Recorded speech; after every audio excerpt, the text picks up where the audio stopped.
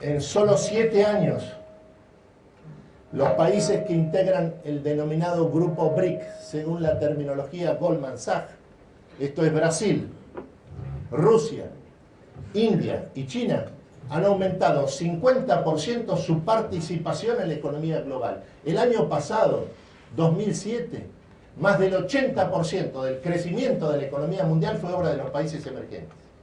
China solo el 27%. Si se le suma India, Rusia y Brasil, otro 25%. Entre estos 4 países son responsables de más del 50% del crecimiento de la economía mundial.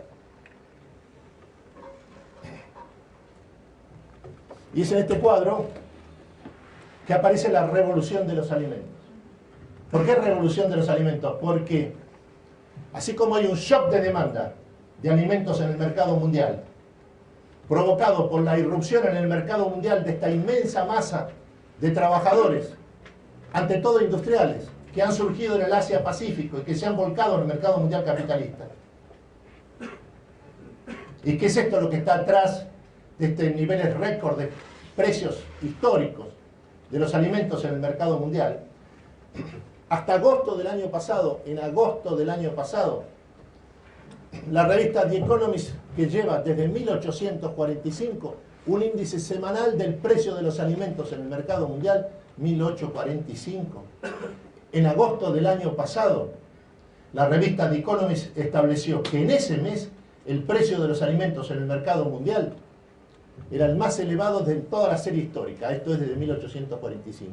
Y desde agosto del año pasado, el precio de los alimentos ha aumentado 40%. Shock de demanda. Pero el shock de demanda tiene como contrapartida, por mutua necesidad, un shock de oferta. Esto es la aparición de un grupo de países que en el mercado mundial están en condiciones de aumentar rápidamente su producción y su exportación de alimentos. Uno de ellos es la Argentina. La FAO y la OCDE señalan que los aceites vegetales encabezan el auge de la demanda mundial de alimentos. Y la razón es porque los aceites vegetales no solo se consumen, sino que se utilizan para cocinar. Son un consumo y son un instrumento. Y prevén FAO, OCDE, un auge de la demanda de los aceites vegetales de hasta el 50% en el 2017. La Argentina es hoy el principal exportador mundial de aceites vegetales.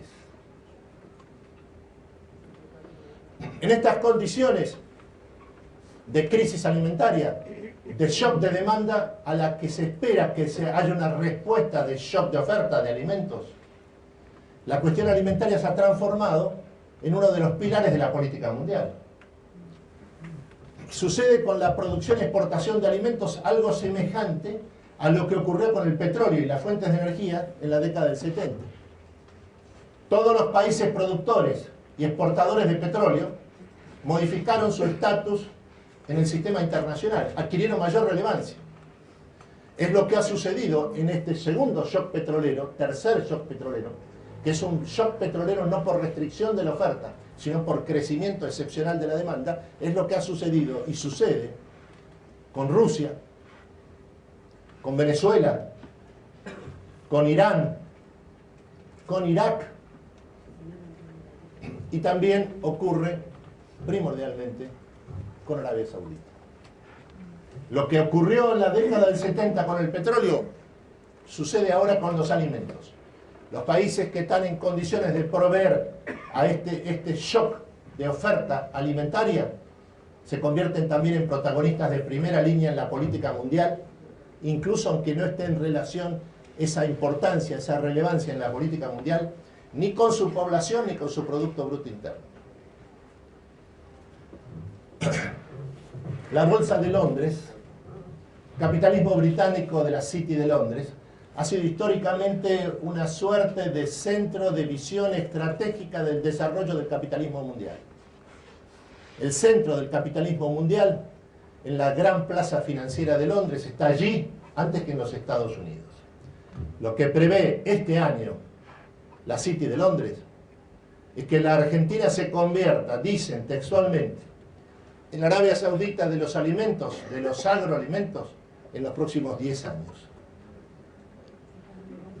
La puesta en marcha de una verdadera revolución de los alimentos, que privilegie la especialización en la producción agroalimentaria y que responda con un shock de oferta al shock de la demanda mundial, no implica en modo alguno la reprimarización de la economía argentina. Al contrario, es el camino para avanzar hacia una reindustrialización del país que cree y le permita crear a la Argentina una industria que sea internacionalmente competitiva. Brasil es el ejemplo. Brasil, con el liderazgo político del presidente Luis Ignacio Lula da Silva y del Partido de los Trabajadores, ha comprendido cabalmente esta gigantesca potencialidad y se ha colocado a la vanguardia mundial en materia de producción de alimentos y de desarrollo de los biocombustibles. Dice el presidente Lula que su objetivo histórico es transformar a Brasil en el granero del mundo. Por eso, lejos de imponer restricciones a las exportaciones agrícolas y ganaderas, el presidente Lula impulsa políticas activas orientadas a multiplicar la oferta de alimentos y a convertir a Brasil en lo que ya es potencialmente una de las 3 principales potencias agroalimentarias mundiales.